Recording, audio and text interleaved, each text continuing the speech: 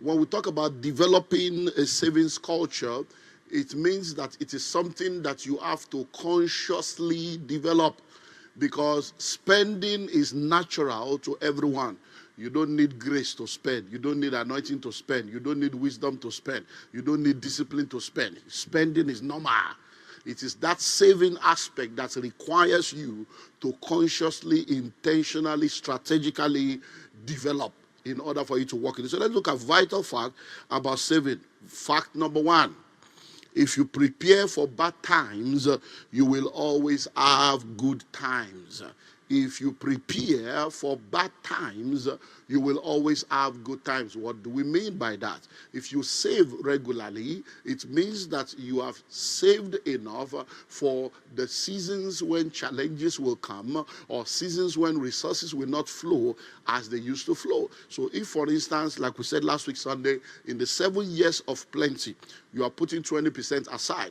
When the 7 years of famine comes, you will not be affected. We saw last week how that in Egypt, by the wisdom of God, through the life of Joseph, they saved 20% of everything that came in the years of plenty. And when the years of famine came, the bad time came, they still had good times that the entire world had to come to them to be able to benefit from what they had. Why? Simply because if you prepare for bad times, you will always have good times. So savings is one of the things that helps you to prepare for the bad times and the down times of life. Number two, if you don't save, you are not safe.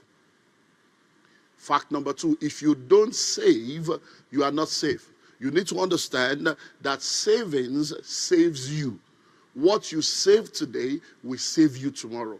There are many people. I shared some examples with you last week Sunday of a brother that lost his job, but what he saved helped him, of the pastor that was saving money for his children, and when there was a little wilderness experience, that money was able to save them. You need to understand that the money you are saving today will save you. Many people have been embarrassed because of 60,000, 10,000, 250,000, ordinary 4 million. Somebody is embarrassing you. Why? Because you don't have it.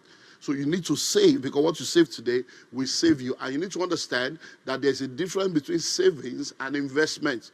Saving is setting money aside for a purpose. Investment is sending money on assignment for a return. Savings is setting money aside for a purpose. Investment is sending money on assignment for a return. So you save so that you can invest. And that's very, very important. Number three, savings is not a natural culture to many people like spending is.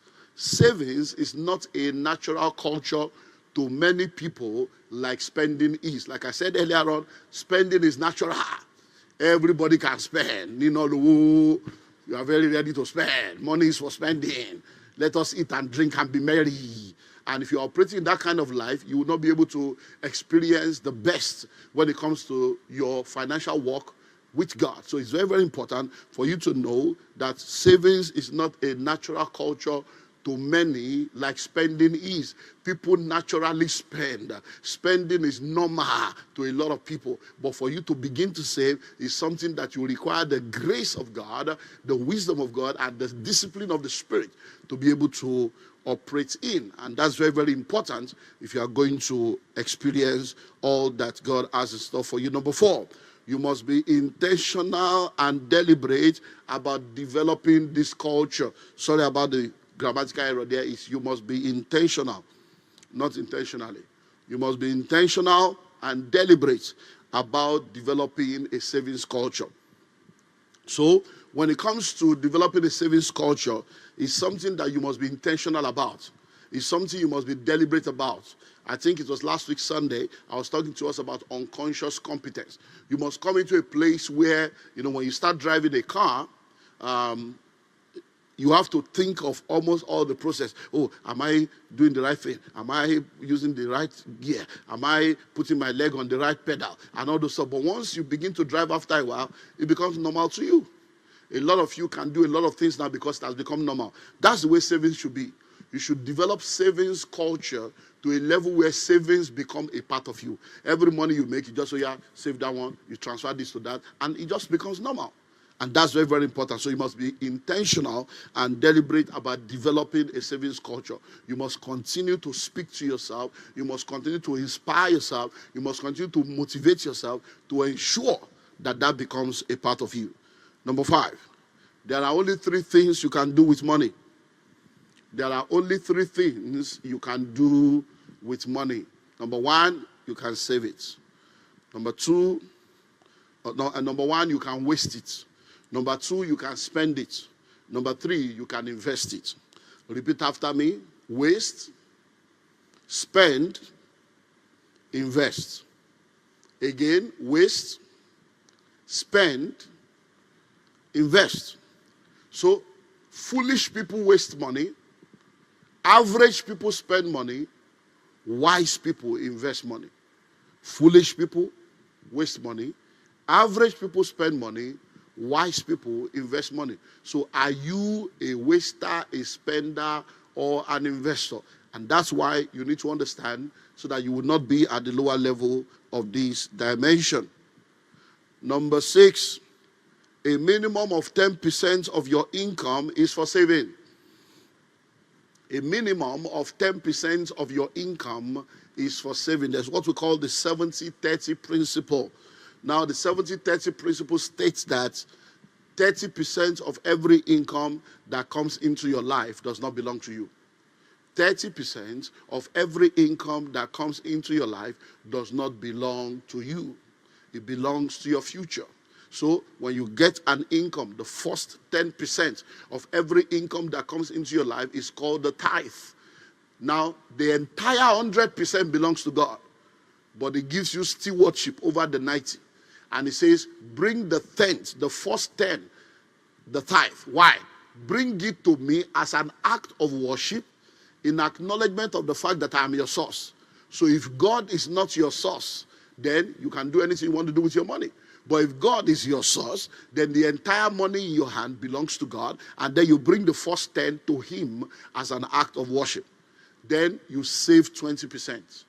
So if you tithe 10%, and save 20%, 30% is gone. What does that mean? If you earn $100,000, dollar, I love dollar. If you earn 100,000 naira a month, that means your salary is not 100, your salary is 70. Because 30% is already gone for tithe and savings. And if you begin to think in that 70-30 dimension, it will help you, because every time money comes into your hand, you already know that you're not the old money. Because like I said to you last week Sunday, you need to understand that every money that you have, your past, your present, and your future is in that money.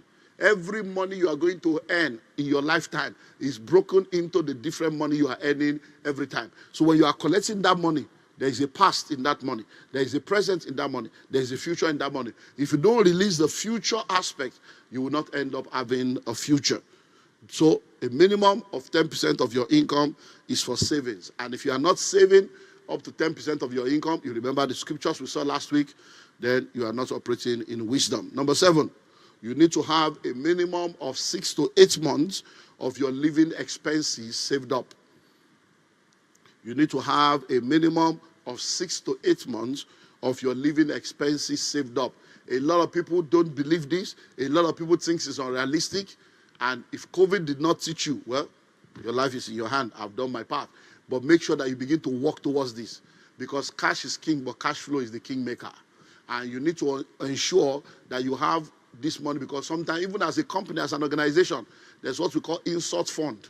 You just put it there, satanic budgeting. Just let the money be there so that when trouble comes, when unexpected crisis comes, you have money to be able to take care of things that can end up messing you up and bringing humiliation. So you need to have a minimum of 6 to 8 months of your living expenses saved up in cash. So any money you need for your upkeep every month, multiply it by 6, multiply it by 8, you must save to a level where you have that in cash.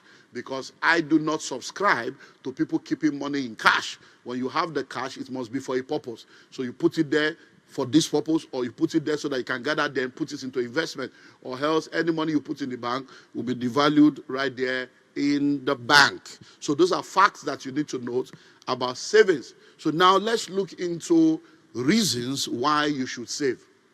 The reasons why you should save. A lot of people Do not, they just think, oh, one day at a time. One day at a time, sweet Jesus.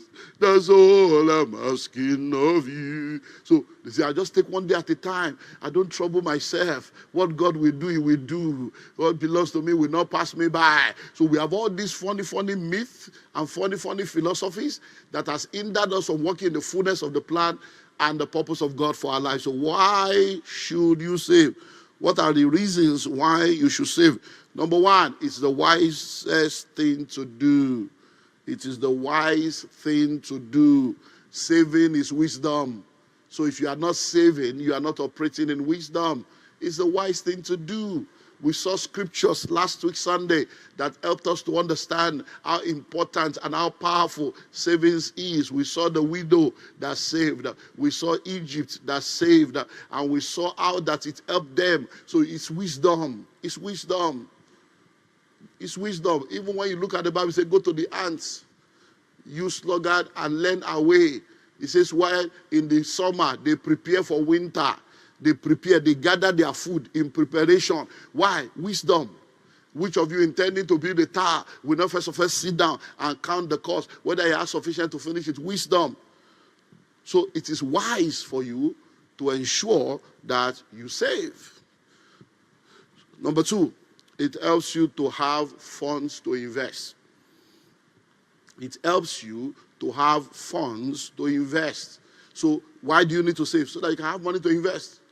I just got back from Abuja. We had the School of Money summit in Abuja. We had a VIP dinner. We had people in the dinner, amazing CEOs, people from all over the country came for the dinner. It was awesome. And then we had the School of Money summit, and then we went for site visit. But guess what? Someone was asking a question in the School of Money summit about why, I have this idea and nobody wants to support me. People are not ready to help. And it was going on and on why the banks are not there, friends and family are not there. When he has finished talking, I say, have you finished? I say, are you there for yourself? Are you there? Banks are not there, friends and family are not there. Are you there? I say, so why should people give you money when you are not even ready to give yourself money? The best way to get people to support you is to start by using your own money. You have to save your own money and use it to pursue your own idea. And then you have proof of concept.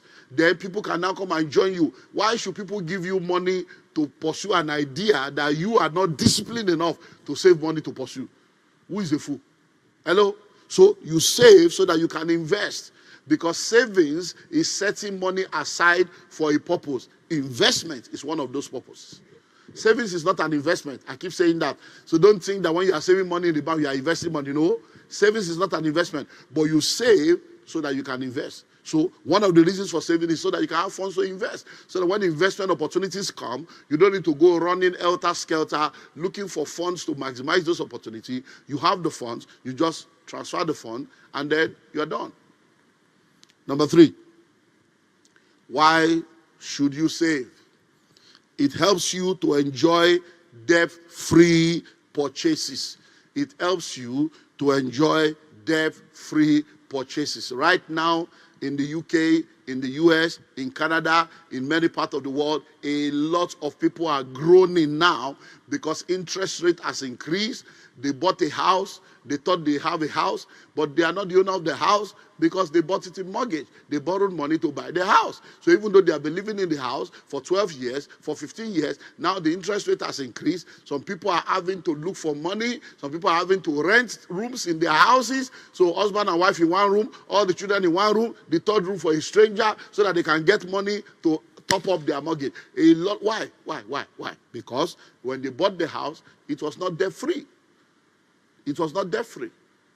And I was in a conference in the UK, online conference in the UK just this week, and I was telling them how that all this interest rate is because you are buying the house on credit. For those of us that buy everything cash, we don't have any interest rate problem. Why? Because we didn't borrow money to buy a house. We paid cash. So if interest rate rise, let it fall, let it scatter. Now it doesn't concern us. Why? Our house is intact. So why do you need to save money? So that you can enjoy debt-free purchases, so that you will not buy a shoe and bag and come to church and go and sit in the gallery because you cannot sit in front, so that the person that you bought shoe from will not see you, so that you will not buy a cloth that you have not paid for, and then you stay in the overflow because you know that when you come inside, camera will carry you, and then they will say, where you are church? Oh yeah, oh Jamilu, because you are buying clothes that you have not paid for. Buy now, pay later. You are buying clothes and you are paying instrumentally. You break your life into installments. And you see, I don't understand. How do you buy a clothes on credit and you wear them and you are okay, go wash up, and you still came to church, you brought it to church, clothes you have not finished paying for. You see a lot of embarrassing situation in church. That is why you should save money so that you will be buying things on credit. And those of you too that are coming to church, I see all of you, don't think I don't see you, that you'll be parking car outside, parking car in the company, and you'll be opening booths. All those booth entrepreneurs that you are giving clothes to people, giving shoes to people. I see you in the car park. Don't think I don't see you. I see you. I see you. CCTV in May. CCTV is everywhere. I see you. You are giving people clothes on credit, giving them shoes on credit. And then when they don't pay, you now expect church to be involved. Was church involved when you are opening booths? Did you take permission? Is it not service you say you are coming for? They are now opening booths to be selling bags. Well, a word is enough for the wise. Number 4. Why do you need to save? It helps you to maximize seasonal opportunities. It helps you to maximize seasonal opportunities. Listen and listen well. Life is all about opportunities. I've shared in this house over and over again. It is better to be prepared, waiting for opportunities, than for opportunity to come and meet you unprepared. So life is all about opportunities. So when you save money, when opportunity comes, you are able to grab it. When opportunity comes, you are able to maximize it. In the same Abuja, after sharing with them during the week on understanding wealth creation, one of the things I shared with them is wealth creation is all about maximizing opportunities. And then, in order to practicalize what I said, I was inspired to offer them an opportunity that will last for 7 days. And I gave a 50% discount on a product for 7 days. And people started coming to see me after I said, you see, I loved what you have done. In fact, it was the Spirit of God. But sir, I don't know if you can extend it for 30 days. There's one money I'm expecting. And I said, no, it's not for people expecting money. It's for people that have already saved money, that the money is waiting for the opportunity. And someone else came and said, can I have 10? Because the person already has money to take 10.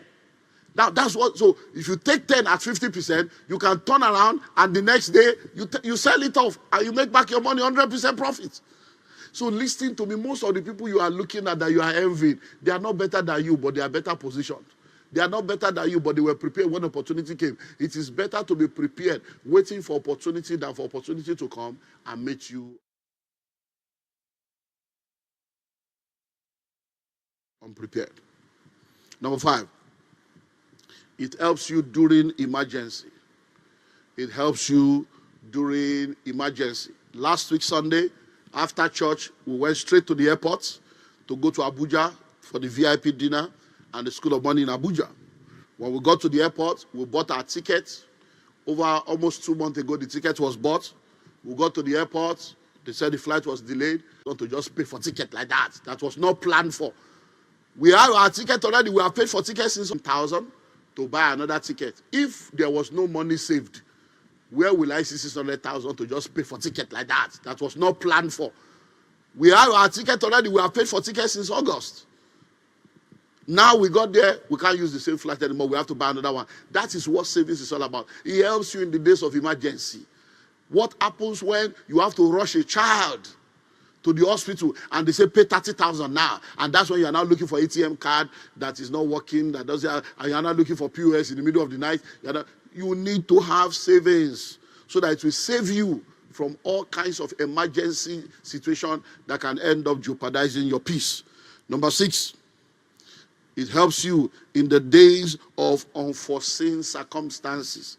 Emergency comes, that's a level. Unforeseen circumstances is beyond emergency. Sometimes something can just come from ways you didn't expect. So when you say, I thought emergency and unforeseen circumstances is the same. No, sir, it's not. Unforeseen circumstances is not an emergency. If you lose your spouse now, it's not an emergency, it's an unforeseen circumstance. If you wake up today now and you find yourself, you have lost your job, the loss of your job is not an emergency, but it's an unforeseen circumstances. So when we talk about emergency, we are talking of things that show up that demands you to have money. But when we talk of unforeseen circumstances, we are talking of things that show up and stop inflow of money. Show up and can mess up the trajectory of your life. So what does money do? Savings helps you with unforeseen circumstances.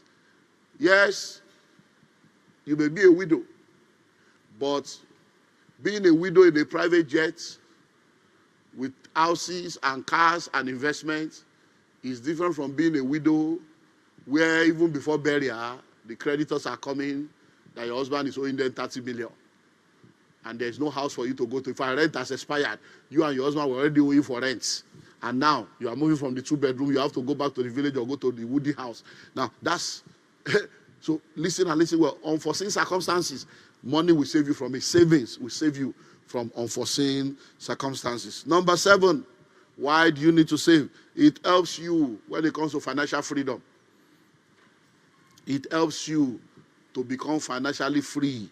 Because as you are saving money, you are able to invest. As you are saving money, you are able to maximize opportunity. As you are saving money, you are able to mitigate the effect of unforeseen circumstances. And all these things affect the quality of your life, affect your status quo, and affect your peace. So it helps you to do what?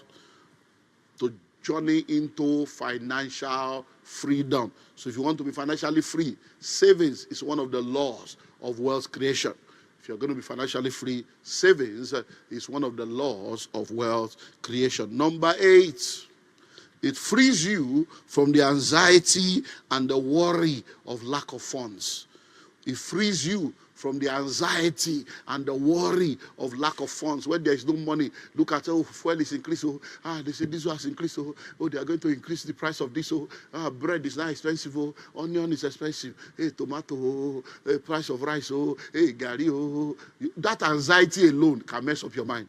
It messes up your mental health. It leads you into a life of, you just see that you are not okay. Why? Because there is no money. Any school fees, house rent, but when you have money saved up, yes, things may increase, but you are relaxed. Okay, well, thank God we have the money. Let's pay. Before the money finish, another one will come. Why? If they increase the price of a product, that is life. But you should have more money than the increase. That is what should be happening. And that's where savings come is when you save, no matter what happens in the marketplace, no matter what happens with all the different products and services, at least you have enough money to buy it. If they say the price of bread has doubled, you have double money to buy it. They say that's just life, because you can never change your life by worrying. Which of you, by worrying, can increase his height, increase his stature, increase his peace? Worry messes you up. So when you are saving money, it frees you from all this anxiety and worry. A lot of people you see, it's as if they carry the whole world on their head. It's poverty. It's because there's no money. Even when we are praying, they don't want to pray. When we are dancing, everybody's jumping and they are wondering, Kilo Shahele, Kilo Josie, why are they dancing? Because in their mind, they are like, hey, look, something happened in Abuja. Abuja was amazing this week. Now, something happened in Abuja. So we did If It Were You.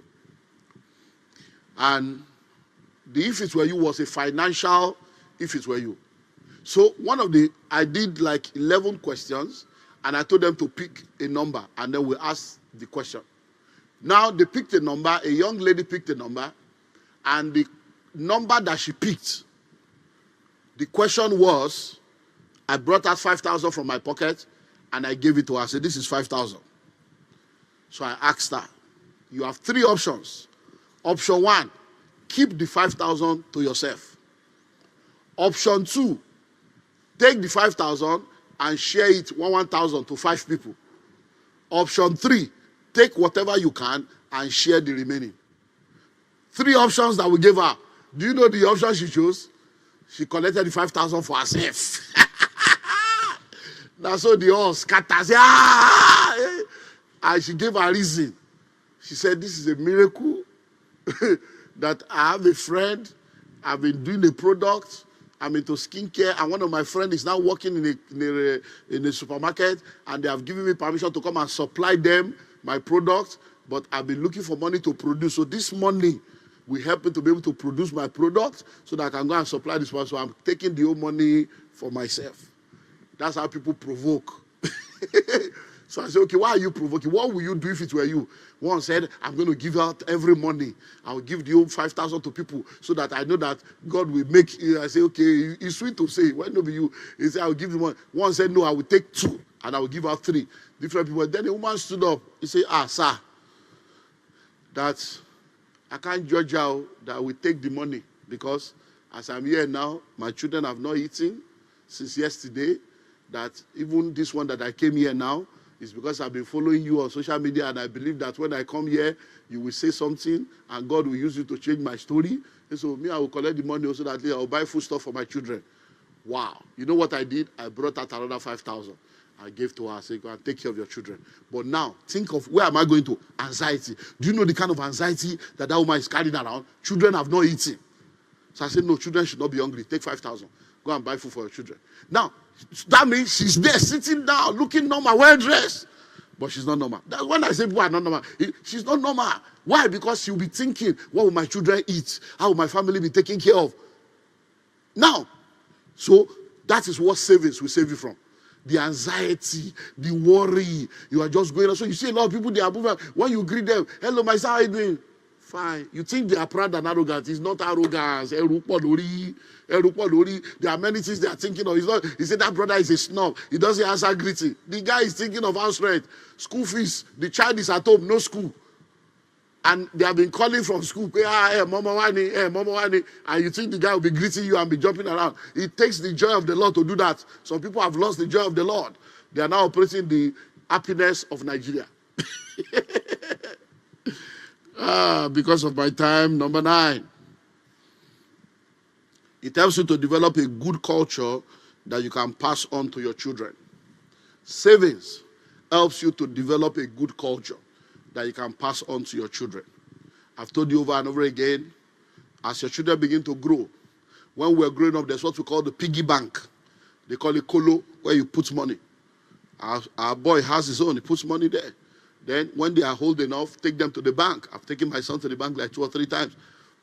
Take them to the bank, show them this is a bank, introduce them to the teller, introduce them to the people, and tell them when you save money. So when you do this savings thing, what you are doing is you are developing a culture that you can pass on to your children, and you are becoming someone that God will be happy with, because he said, I know Abraham. Why? Because he will teach his children and show them the way. Number 10, finally, why do you need to save? It makes you a good example and a model that glorifies God. It makes you a good example and a model that glorifies God. What is the testimony in your poverty? What is the testimony in your lack? What is the testimony in your hardship? How can you be a Christian and you are serving God and you are still struggling? In what way can you now tell people that God is good? But God is good. But if you are not doing what you are supposed to do, the goodness of God that should be reflected in you will not become visible. So you need to save so that you can be a good testimony. You can be a good ambassador. You can be a good model. You can be a good example of what a believer looks like. Thank you for taking time to watch this video. We believe you've learned something of great value. On this channel, we share videos on finances and wealth creation from biblical perspective. You can find more similar videos on this channel. If you enjoyed this video, please like, share, and subscribe. Let us know what you've learned in the comment section.